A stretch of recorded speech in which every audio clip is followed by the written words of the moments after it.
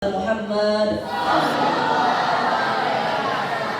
yang telah membawa umat manusia dari zaman kegelapan, dari zaman perbudakan, dari zaman jahiliyah menuju zaman yang terang benderang, menuju zaman kemerdekaan, menuju zaman adilul Islam.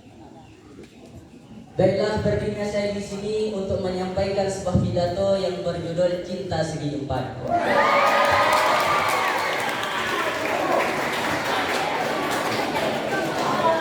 Manusia dilahirkan adalah karena cinta, betul? Dan cinta merupakan fitrah yang mesti dijaga. Banyak orang yang memberikan definisi apa itu cinta. Cinta dalam bahasa Arab disebut hubbun atau mahabbah dan hakikah. Jadi kalau ada orang yang mengatakan nur hakikah, artinya cahaya cinta. Orang bijak mengatakan redup gelap gulita, ombak pantai berdaram-daram, hidup tanpa cinta, laksana gulai tanpa garam. Agar terarahnya pembicaraan kita, marilah kita beri batasan. Ibarat sawah dikasih pematang, ibarat ladang dikasih pagar. Yakni cinta segi empat yang dimasukkan dalam hal ini adalah yang pertama cinta kepada Allah, yang kedua cinta kepada Rasulullah, dan yang ketiga adalah cinta kepada orang tua, dan yang terakhir adalah cinta sesama manusia. Hadirin teman-teman yang insya Allah dirahmati oleh Allah. Cinta yang pertama yaitu cinta kepada Allah. Cinta kepada Allah merupakan salah satu jalan seseorang agar merasakan manisnya iman dalam ibadahnya.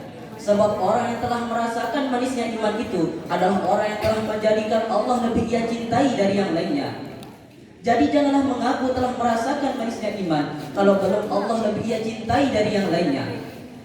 Ada tiga hal bukti seseorang itu telah merasakan manisnya iman. Yang pertama, Allah dan Rasulnya lebih ia cintai dari yang lainnya.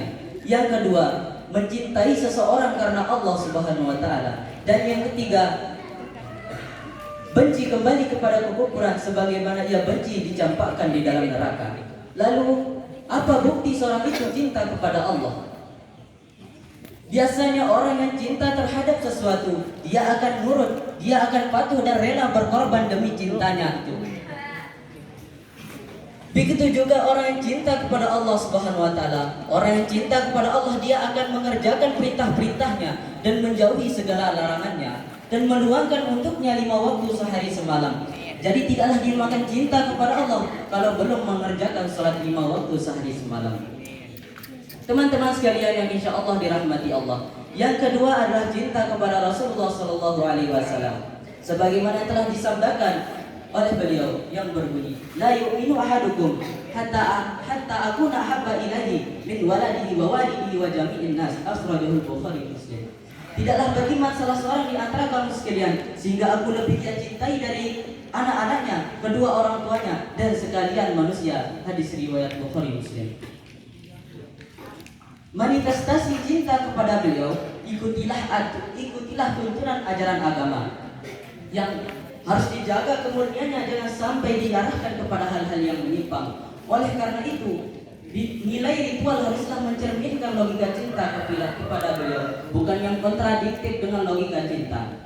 Di dalam kitab Burwatun Nasih dijelaskan, Paman ahabba ayyana ru'yatan Nabi sallallahu alaihi wasallam. Barang siapa cinta untuk bertemu dengan Nabi sallallahu alaihi wasallam, fal yuhibbahu habban syadidan, maka hendaklah seseorang itu mencintai Nabi dengan kecintaan yang sangat. Tetapi kebanyakan pada zaman kita sekarang ini, orang-orang mencintai beliau dengan kecintaan habban dhaiban. Terus bagaimana cara kita untuk meningkatkan kecintaan kita? Yaitu dengan cara al-ita'atu bi sunnatihi wa iqamati sholati alaihi, yaitu dengan mentaati sunnah-sunnahnya, itu dengan mentaati sunnah-sunnahnya, itu mentaati sunnah-sunnahnya dan mengerjakannya dan memperbanyak salawat untuknya. Di anna Nabi sallallahu alaihi wasallam qala, karena sungguhnya Rasulullah sallallahu alaihi wasallam bersabda, man ahabba syai'an aktsara min dzikrihi, barang siapa yang mencintai seseorang, dia akan banyak menyebut namanya.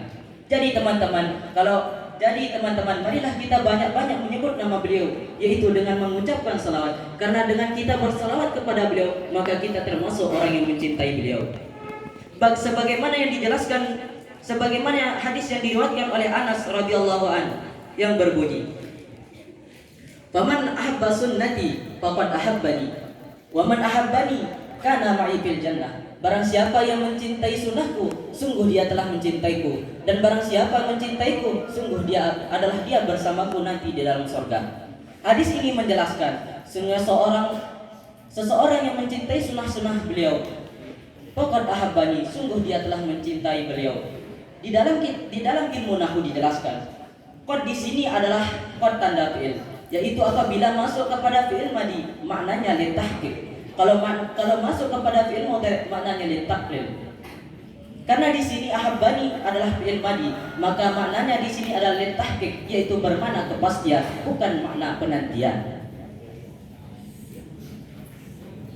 Jadi orang-orang yang mencintai beliau adalah orang-orang yang mencintai sunnah-sunnahnya.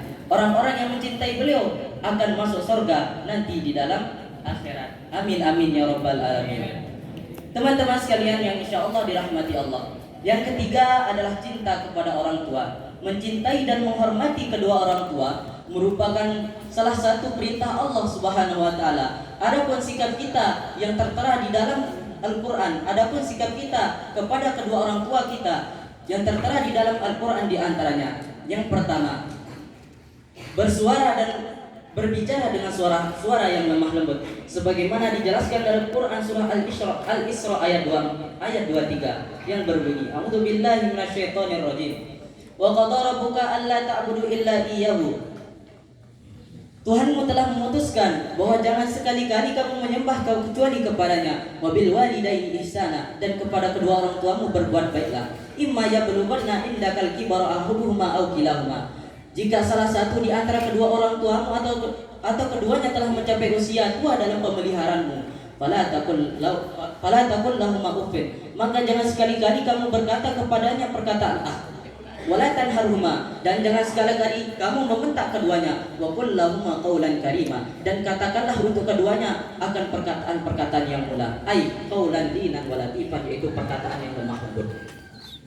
Dan yang kedua adalah mendoakan dan menghormati dan mendoakan keduanya, sebagaimana yang dijelaskan dalam Quran surah Al-Isra ayat 24 yang berbunyi, A'udzu billahi minasyaitonir rajim. Waqfid lahum janahad dzulli, rendahkanlah dirimu serendah-rendahnya kepada keduanya, minar rahmati, dari rahmat. Wa qur rabbirhamhuma kama rabbayani shaghira, dan katakanlah olehmu rabbirhamhuma kama rabbayani shaghira, yaitu wahai Tuhanku, sayangilah keduanya sebagaimana dia menyayangiku pada waktu kecilku. Di dalam tafsir Al-Munir, penjelasan ayat ini adalah ud'u lahuma birrahmati. Ud'u lahuma, berdoalah untuk kedua orang tuamu birrahmati, dengan rahmat. Walau khamsa marrat fil yaumi wal lailah, sekalipun engkau berdoa untuk keduanya 5 waktu sehari semalam. Bi antakula, dengan bahwa engkau berkata, Rabbi irhamhuma birahmatika ad-dunyawiyah wal ukhrawiyah, rahmatan mithla tarbitihima iyaya fis sagari. Ya Tuhanku, sayangilah kedua orang tuaku mengenai hal dunia dan mengenai hal akhirat, sebagaimana dia menyayangiku pada waktu kecil dan pada waktu besar, sebagaimana dia menyayangiku pada waktu kecilku. Dan yang ketiga adalah berterima kasih kepada keduanya, sebagaimana yang dijelaskan dalam Quran surah Luqman ayat 14 yang berbunyi, A'udzu billahi minasyaitonir rajim. Anishkurli wa liwalidaik, bersyukurlah kepadaku dan kepada kedua orang tuamu.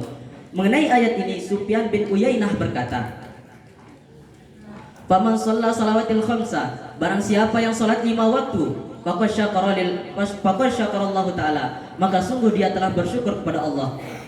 Wa man da'a lil walidain fi idbari salatil khamsi, barang siapa yang mendoakan kedua orang tuanya di penghujung salat, yaitu setelah mengerjakan salat, maka sungguh faqad syakara lil walidain, maka sungguh dia telah bersyukur kepada kedua orang tuanya. Hadirin teman-teman yang insya Allah dirahmati oleh Allah. Dan yang terakhir adalah cinta sesama manusia. Cinta sesama manusia merupakan salah satu perintah mulia dari agama. Sebagaimana sabda Nabi Muhammad sallallahu alaihi wasallam, la yu'minu ahadukum hatta yuhibbahu li akhihi kama ma yuhibbu li nafsihi. Tidaklah beriman salah seorang di antara kamu sehingga dia mencintai saudaranya sebagaimana dia mencintai dirinya sendiri. Di dalam kitab Al-Majalis Saniyah dijelaskan bahwa kata-kata akhi di sini adalah bahwa seseorang itu mencintai saudaranya yang seiman tanpa mengkhususkan kecintaannya kepada seorang saja. Sebagaimana yang dijelaskan dalam Quran surah Al-Hujurat ayat 10 yang berbunyi, A'udzubillahi minasyaitonirrajim. Innamal mu'minuna ikhwatun. Sesungguhnya orang-orang mukmin adalah bersaudara. Tetapi dalam mencintai seseorang, janganlah mencintainya dengan terlalu besar, atau cintailah dia dengan sedang-sedang. Karena Sayyidina Ali pernah berpesan, ahbib habibaka haunan ma. Cintailah kekasihmu itu dengan sewajarnya. Asa ayakuna bagi doka yauman ma. Bisa saja kekasihmu itu akan menjadi orang yang engkau benci suatu hari nanti. Abgid habibaka dan besilah. Abgid bagi doka haunan ma. Dan bencilah musuhmu itu dengan sedang-sedang. Asa ayakuna habibaka yauman ma. Bisa saja orang yang engkau benci itu akan menjadi kekasihmu suatu hari nanti. Mengenai pesan Sayyidina Ali ini, sungguhnya seseorang itu diperintahkan untuk mencintai seseorang dengan cinta yang sedang-sedang. Karena bisa saja orang yang dia cintai atau kekasihnya itu akan menjadi orang yang dia benci pada suatu hari nanti. Begitu juga sebaliknya, bencilah orang yang engkau benci sewajarnya. Bisa saja orang yang engkau benci akan menjadi musuhmu suatu hari nanti.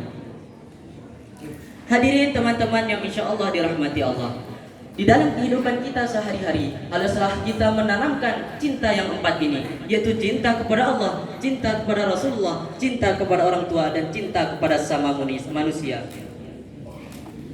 Mungkin hanya ini yang dapat saya sampaikan. Mohon maaf bila ada kesalahan atau kata-kata yang tidak berkenan kepada hati teman-teman, karena manusia tidak luput dari kesalahan. Wabillahi taufiq wal hidayah. Wassalamualaikum warahmatullahi wabarakatuh.